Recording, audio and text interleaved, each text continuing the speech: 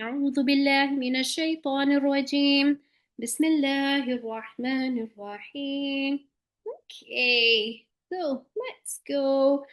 Okay, so this is Prophet Musa alayhi salam's part 6. Okay, so in the last parts, let's see, we're just gonna go do a quick recap. Okay, so in the last part, remember that Pharaoh and his army, they were trying to chase and they were trying to get Musa alayhi salam, basically the people of Israel, and they were trying to get them, and they were trying to. Their aim was to get rid of every single Bani Israel, every single person from the people of Israel.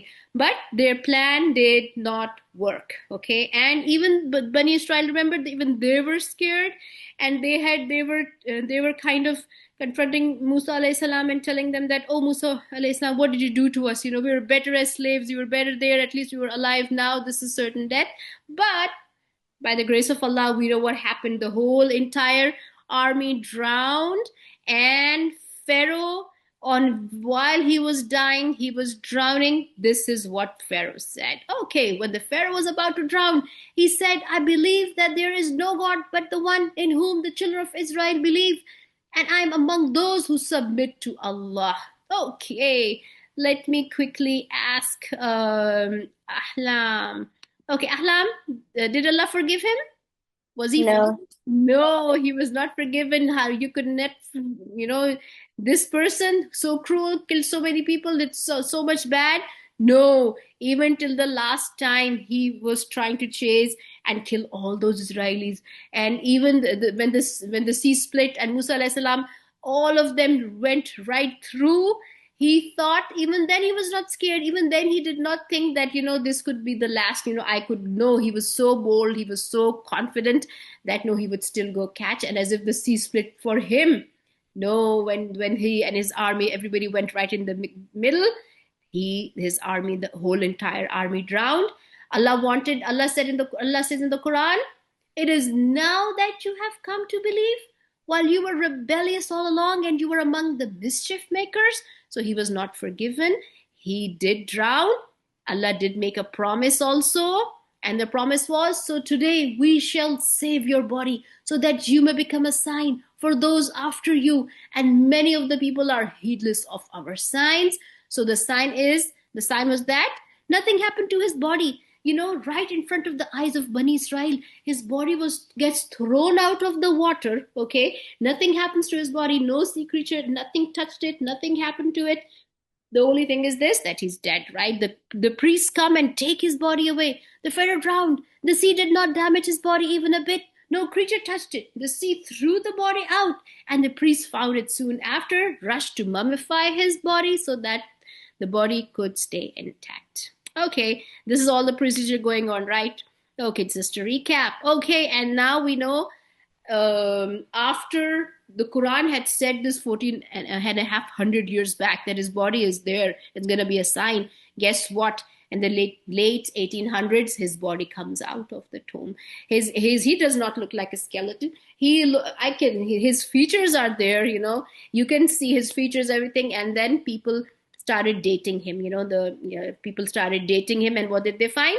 They found that yes, this is the same Pharaoh of the time of Moses, and Allah's prophecy, the prophecy had come true, and Allah's statement in the Quran came true.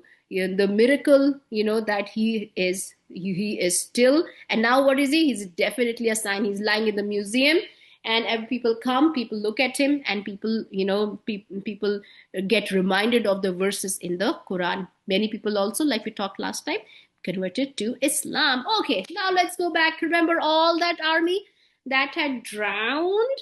Okay, Maisha, let's ask Maisha something. Maisha and Zuhaira, I'll unmute everybody. What can you see, Maisha, in these pictures? Can you see some horses and a lot of big army and the whole entire wave? When they went right in the middle, the whole entire wave it came onto them. It's like a big Yeah. tsunami, a big wave. So what can you see? Yeah. Can you see like a lot? Can you see like the army, the horses, and some chariots also? Does everybody know what chariots are? Yeah. Yeah.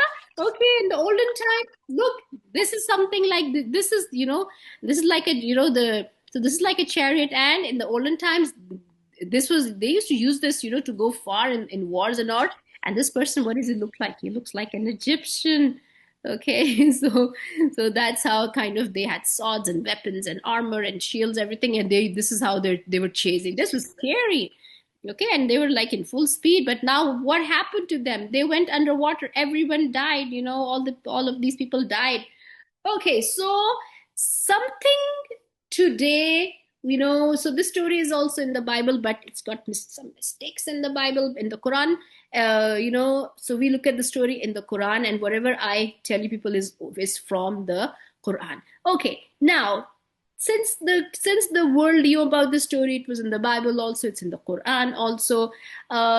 People wanted to go and see that. Hey, let's go find that place. People knew that, oh, it's the Sea of Nuweba, and it's this place between Egypt and Saudi Arabia, and it's like kind of, let's go see that place, and maybe we can go and maybe we can go and find that place where they crossed. So a lot of times divers, now in the olden times, of course, there was no scuba diving and nothing like that, and no hi-fi equipment and all. But in today's time, there is all that kind of equipment. So let's say 50 years back also, there was, there was like a diver, and he said, and he took pictures, and he said, you know what, I could see the remains of the Pharaoh's army in the same place. So let's see what he said. Okay, so let's look at some of the claims. Okay, so some of the claims are that divers claim they found remains of the Pharaoh's army in the Red Sea. Could that be true? Well, according to according to well, no mainstream archaeologist team has verified these findings. Like, not it hasn't been 100% proven, but even today, people go deep down, and they say that we found the remains. And what do they find? Well, okay, what do they find? Well, they find, like, because this story is 3,000 years back story. All this happened about 3,000 years back. Okay, so they say that we find corals attached to things, and these things pretty much look like something. Hey, what does this look like? Well, let's go see what does this look like. Okay, so this looks like, in their opinion, this looks like, okay, could this have been an axle left from the chariot and now all covered up in coral? So let's go see the picture behind it. So there are a lot of times, they see corals attached to things, and they kind of say that, what, if we clean all this, what's going to come out? Something like the axle of the chariots, they look like that. And then they say, we saw a lot of chariot wheels there also. So this is what the people say, and so if you check on YouTube, some latest videos also say that. But at the end of the day, Allah knows best. Is it really those, or if they are not? Okay, so we'll wait for some real research. So for now, we'll just say Allah knows best. Okay, but there is one finding which is amazing, and that finding is, well, is it a mystery? Is it just like skepticism, or is it actually, what, they keep finding from the same place? These are like horse hooves. What is the remains of a horse doing in the middle of the sea? So these kind of clues keep coming out. A lot of human bones, a lot of human bones in that area. So Allah knows best. Is it really from that time or not? But one confirmed finding. What is one confirmed finding? There's a natural bridge like formation on Nuweba Beach, and if you see on, like, if they've seen it, like, through, like they've studied it, what's happening there, what actually they can see through Google Earth, and all those pictures and all those, like, findings. They have seen that if they the you know this if this is Egypt and this is Saudi Arabia and they crossed from here, guess what?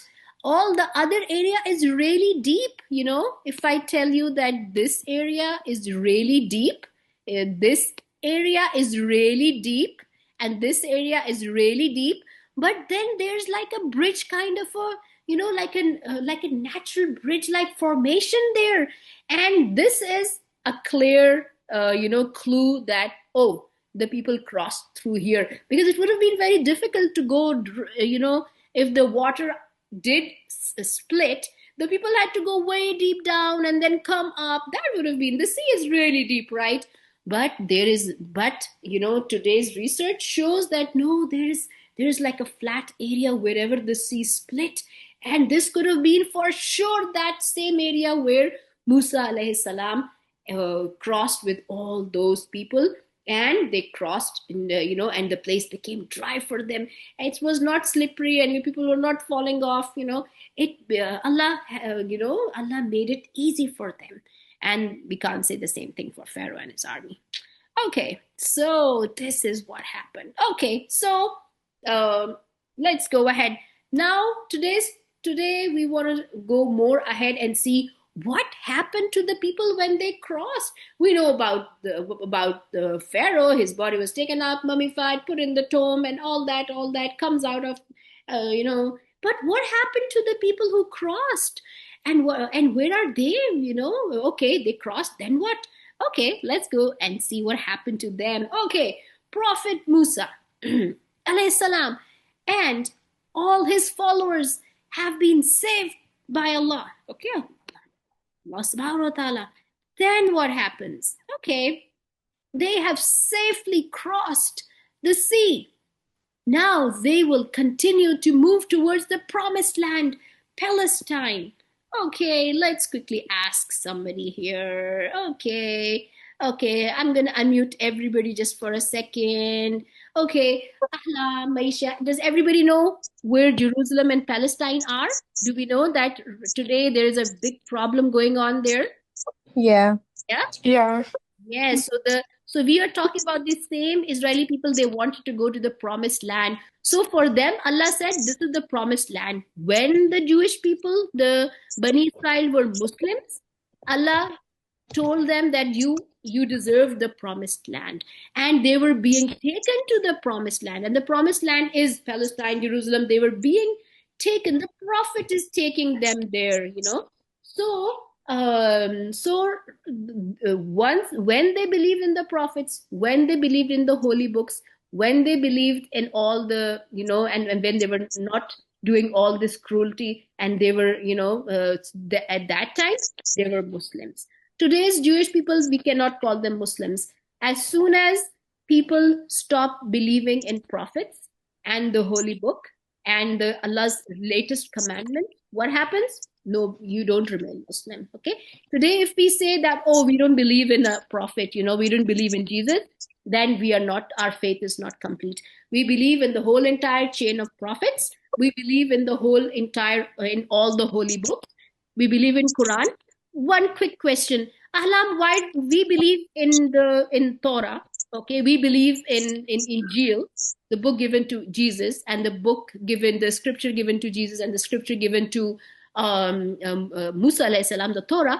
We believe in it, but why don't we keep it in our houses today, like we keep the Quran? Why don't we read it today? Why, Ahlam? Because in my opinion, I think it's like the Bible now. Okay, it's the Bible now. And why don't we keep it in our house? Maisha, why? Think about it. Why don't we keep it? We love the prophets, right? We talk about the prophets. Why don't we love those books anymore? The Torah, the Injil, the Bible. Well, we believe they were from Allah, but why don't we love them? Or why don't we keep them in our? We, of course, we respect them. They are somebody's, religious books. We would never do anything bad to it. We respect it, but why don't we keep it in our homes, believe it, read it? Why not? Because the books were like changed, like the words in it and everything were changed. Okay, yes, because it's a 3,000 years back book. Definitely it's been changed.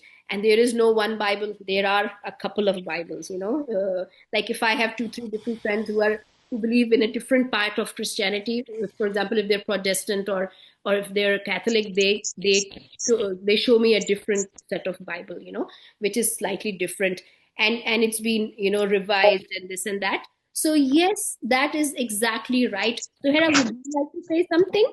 Do you think Maisha do you agree with Maisha? Do you think the Bible, the other things have been changed? That's why we don't keep them in our houses and we don't read them and we don't believe in them as we used to believe them. Do you think that that's the reason? Yeah, very much, right? Okay, okay, good. Okay. Yes. So when the Torah got revealed, and if we were in the time of Musa alayhi salam, we would have definitely, been a believer of that Torah because it got revealed and there was no change in it, and definitely we would have been the followers of Musa alayhi salam. And in the same way, if we were born in the time of Jesus, Isa alayhi salam, Prophet Isa alayhi salam, not son of, God, the Prophet Isa alayhi salam, we would definitely be his followers. We would definitely be Muslims. We would definitely be believing in Injil because there was no change. It's given to a prophet, and we believe in it. And all the books sent by Allah to different prophets carry the same order. Be good to people, pray, fast, believe in one. The most important thing: believe in one Allah. Okay, and be good to your parents, be good to people. So all these teachings were the same. Believe in the prophet of your time, believe in the book of your time. Okay, so all those teachings were the same. Okay, so where were we? They have safely crossed the sea. Now they will continue to move towards the promised land, Palestine, and we call all of them Muslims. Once people of Israel, also called Bani Israel, pass from the group of people who are busy worshiping. Okay, now soon after, now this is something amazing going on here. Why is it amazing? You know why is it amazing? It's unbelievable, actually.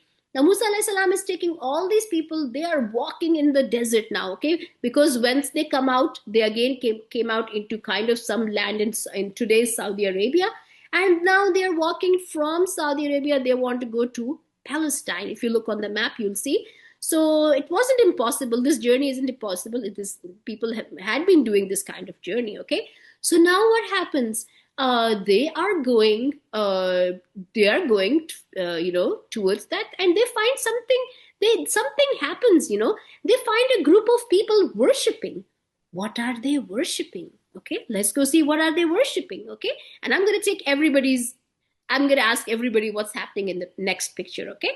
Okay, the people are worshipping something. What's happening? Bani Israel looked at this group of people. There is a group of people, they don't belong to Bani Israel. They're just some people. We made the children of Israel cross the sea. Then they came across a people sitting in devotion before their idols. Okay, now what? Okay, so let's ask Ahlam. Ahlam, what are these people doing? What do you think these people are doing? They're worshiping a statue. They're worshipping a statue. Is this in accordance to Islam or is it against Islam? It's against. Definitely against Islam. Okay, and this is exactly what used to happen in Egypt also. The people used to, the Egyptians, the pharaohs, they used to say that sometimes Pharaoh is God. Sometimes they used to, bring that cat. That cat is a god. Who knows the name of that cat? I forgot the name of that cat. Anybody knows that Egyptian cat? I forgot the name. I need to remember the name. So, or they used to also say, somebody search up what's the name of that cat. Okay, so or they used to be worshiping other things. So this was all wrong. Okay, let's go ahead. Okay, what do you think?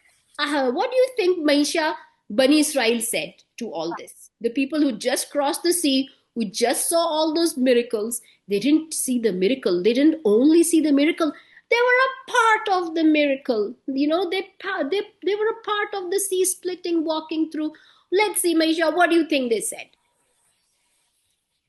Well, after seeing all, or what would Maisha say? Maisha is crossing and she sees all these people worshiping an idol, a statue made out of stone or something. Maisha, what would you say? What's happening here? Is it happen? What would you say? I What is would probably say astaghfirullah. Astaghfirullah? Okay, good. What does astaghfirullah mean? Astaghfirullah means, oh Allah, oh Allah, forgive me. Whenever we come across something which is not good, we say astaghfirullah. Oh Allah, forgive me. Okay. Allah, what would you say? What would you say? Um, You're part of Bani Israel. What would you say? People are worshipping the statue. You just got saved. Allah just saved you. What would you say? yeah, I'd say astaghfirullah. You would also say astaghfirullah. Okay, good. Come on, somebody don't say astaghfirullah. The other two girls don't say astaghfirullah. Astaghfirullah has been said twice already. Ira, what would you say? Go ahead and mute. Ira, what would you say? Say anything. You're just making up a story, okay? What would you I would say get shocked. get shocked, right? And that, oh, what's happening here? Okay, Zohara, what would you say in your heart? You don't have to go say anything to the people, of course not. What would you say in your heart after seeing all this? Where is Zohara? Zohara, what would you say in your heart, or what would you say to your people that, oh, people, this is what's happening here. We should never do that. What would you be saying? For example, you had kids with you. What would you be telling your kids? About It's what? Yeah, wrong. yeah, Don't yeah. Go ahead. This is wrong, and what? Yeah, this is wrong, kids, don't ever do this, okay? That's like our moms, and that's what I tell my kids. If we see something bad, of course we don't go and we don't confront them. Of course, if somebody's idol worshiping or somebody's doing, of course I wouldn't go and confront them that, hey, stop doing this. I wouldn't do that, but at least I would quickly tell my kids, oh, this is, no, whatever is happening here, we should never fall into this kind of, into this kind of, we only believe in Allah, we don't worship idols. Okay, so good, everybody, we are on the same standpoint. This is what we would think. But oh my God, this was so shameful. Go ahead, Maisha, read this for me, please. The Israelites, that said what? They said, "Oh Musa, oh Islam, make a god for us like they have gods." Oh my God, seriously, what? The Israelites, this was so, my favorite word, outrageous. My God, seriously, what? The Israelites, this was so, my favorite word, outrageous. What? They are saying make god for us, make idols for us so that we could call them gods. They got attracted to idol worshipping and the people doing, they're like, Musa alayhi salam, please make us an idol so that we could also do something like that. And oh my God, let's see what Musa alayhi salam thinks about all this.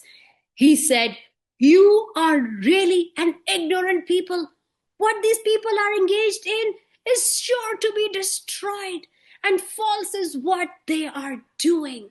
Okay, now idols can break, idols will crumble, idols will crack, they are not our gods. We've made them with our own hands, and we humans will die also. Everything will. But Allah subhanahu wa ta'ala, nothing happens to Allah subhanahu wa ta'ala. Okay, so this is, let's go ahead. Okay, now what happens? Prophet Musa is clearly worried and kind of, not disturbed, but clearly worried that, oh Allah, what did my people just do? What did they just say? And a big group of people must have said that, just not one person, and a big group of people, they like the idea of an idol worshipping. And Musa alayhi salam is like, oh Allah, what's, and he's praying, and he's a prophet, so he has communication with Allah through the angels also, and Prophet Musa alayhi salam asks Allah for a book where guidelines are mentioned so that Bani Israel could lead a righteous life. He's like, oh Allah, he cannot believe what these people did. They had just, their life was just saved, and they saw the pharaohs getting drowned. They saw the pharaoh being thrown out.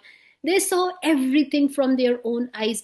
They saw their entire enemy getting destroyed. Because even if they had crossed, imagine the pharaoh would have been after them. Even if they had reached the promised land, the pharaoh could have brought his army, but Allah did such a big favor, Allah destroyed each and every pharaoh. It is said that pharaoh had told his people that every single able-bodied men come out and fight, and we are going to finish Bani Israel, because Bani Israel were in a large number. So just imagine, if we say 16 and over, all men of Egypt, of the Pharaoh's people, were killed, destroyed. So Allah did such a big favor for them, but they were so ungrateful. They're turning towards other things, idol worshipping and this and that. How could this idea even cross their minds, that make us an idol, because Musa alayhi salam has been with them for a long time. He's been preaching now. It's been a long time, that Musa alayhi salam has been with them. Remember all those punishments, the punishment of the river Nile turning blood, and the frogs and the lice, and all those punishments, the locust. So of course Musa alayhi salam was with them, and they've been with the prophet. They've seen punishments, they've seen so many things, and again they turn towards an idol, that, oh, just make us an idol. They've seen what Allah can do, and they want a stone idol which can do nothing, not even move, not even smile, nothing. Okay, now we so now what happens? Allah tells Musa alayhi salam, come to me, and I will give you the criterion. I will give you the book, the way to, you are going to preach these people. And for that, Musa alayhi salam has to leave these people, and Musa alayhi salam has to go to Mount Tur. Mount Tur is that place where Musa alayhi salam makes direct conversation with Allah. And Musa alayhi salam is actually going to be briefed on this new criterion, this new book, these new guidelines. And Musa alayhi salam tells his people, oh people, I shall go for a period of 30 days to Mount Tur. Stay there and bring back a criterion, a way of life, so that the people of Israel can be Allah conscious. Now, the people hear that. The people are still in the desert. The people still have problems. There is less food. There is less water. They still have problems. And they're like, oh, Musa alayhi salam, are you going to leave us? The people are worried that Musa alayhi salam would leave them. What if he never comes back? And all of the people are left in the desert. And they don't know anything about the desert. They could die in the desert, So they are very worried. But they should not be worried. The prophet is promising that, I'm going and I'll be back, and Allah is with them. Allah has been with them. And they just need to believe in the prophet. They just need to accept that Allah is with them, and they need to be Allah conscious. And so now this is the last part of our part 6, that the people are worried, yes, but Musa alayhi salam leaves for them. Very important thing. What did Musa alayhi salam say? 30 days. Guess what? Musa alayhi salam did not come back after 30 days. And then what happened after 30 days? Something very bad. These people, again, these ungrateful people, right after 30 days, or even before the 30 days had ended, they started doing something, my favorite word, outrageous. Something outrageous again. Inshallah, in the next part, we'll find out what they did. Today's part was all about, again, their ungratefulness, okay? They wanted an idol. And this is something very big. It's in the Quran also. And it made Prophet Musa alayhi salam, really, get worried that, what are these people thinking of, why couldn't they become, after seeing all this, why couldn't they become full of Iman, Allah consciousness? Okay, mashallah. We are going to stop our this time's part 6, and I'm going to see you inshallah for the next part. Assalamu alaikum.